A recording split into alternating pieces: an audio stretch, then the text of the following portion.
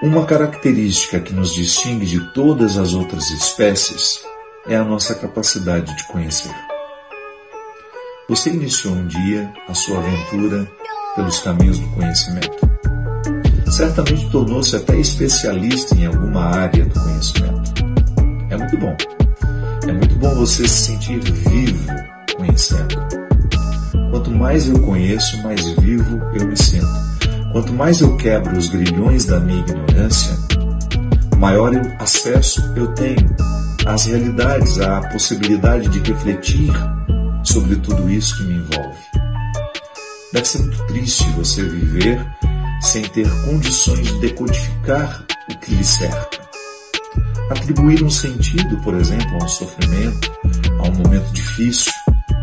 Tudo isso é capacidade intelectual. Claro que se expressa também nas nossas emoções. O fato é que o ser humano nasceu para conhecer. E é muito triste quando o conhecimento é negado, quando nós não temos acesso ao conhecimento.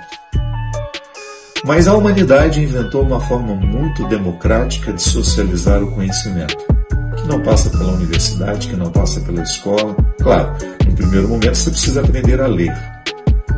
Mas nem na escola, você nem precisa estar na escola para aprender a ler. Há crianças que aprendem antes de entrar na escola, dependendo do estímulo que recebem. O fato é que, a partir do momento que a gente aprende a ler, você vai desenvolver outras formas de leitura. No primeiro momento, uma leitura textual. Você vai identificar o que aquelas letras significam. Eu leio a palavra casa e, naturalmente, eu sou remetido ao significado da palavra casa. Depois, com o tempo, essa inteligência, esse conhecimento vai abrindo portas. Você vai entrando nas terceiras margens dos textos. Sim, como dizia e sugeria tão bem Guimarães Rosa. Depois da segunda margem existe uma terceira. É nessa terceira que nós podemos nos encontrar filosóficos, pensando um pouco além do que já foi pensado sobre aquilo, buscando um novo entendimento, uma terceira margem, uma terceira via.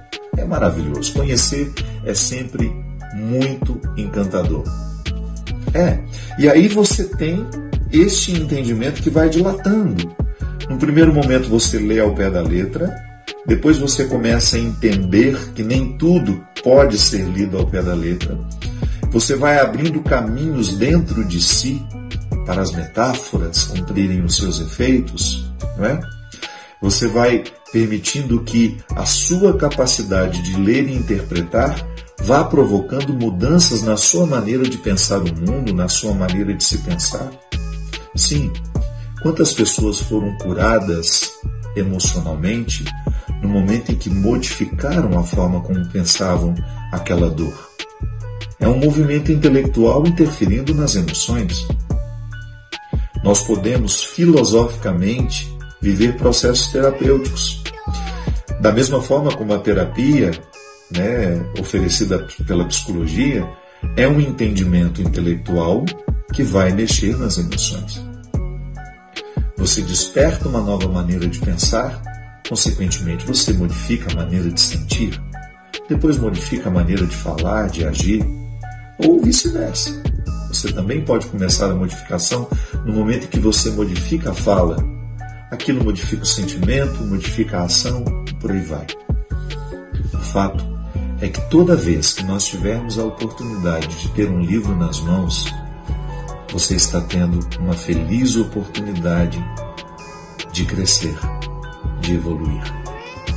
Hoje nós estamos celebrando o Dia Internacional do Livro. E nós precisamos celebrar na vida esse dia. Nós precisamos ter nos livros nossos amigos, ter nos livros os principais agentes de nossa transformação. É claro que tudo vai depender do que você vai ler. Mas também na leitura nós precisamos dar os primeiros passos, como nós vemos na vida intelectual.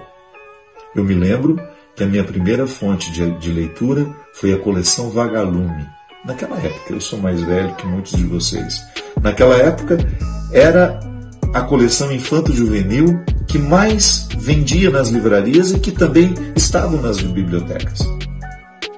Eram livros que estavam nas nossas bibliotecas à nossa disposição. Eu não tinha dinheiro para comprar livros.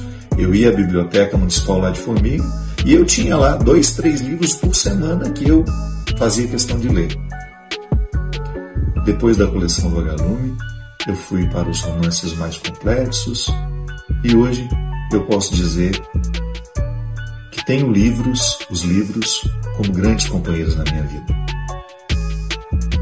É uma forma que eu tenho de me manter vivo, lendo, sempre lendo. Eu sei que o celular roubou muito nosso tempo, mas nós precisamos nos disciplinar para que no espaço das nossas horas a gente coloque sempre um bom livro. Um livro que vai alterar a nossa maneira de pensar, consequentemente, nossa maneira de sentir, de agir e de falar. Se você não tem o hábito da leitura, comece nos caminhos mais fáceis. Se você tem, intensifique. Vá complexificando cada vez mais as suas leituras. Porque você pode ter certeza, para a sua capacidade de conhecer, não há limites. Quanto mais você explora, mais capacidade você tem. Deus nos deu esse dom de conhecer. E nós não podemos viver de forma medíocre.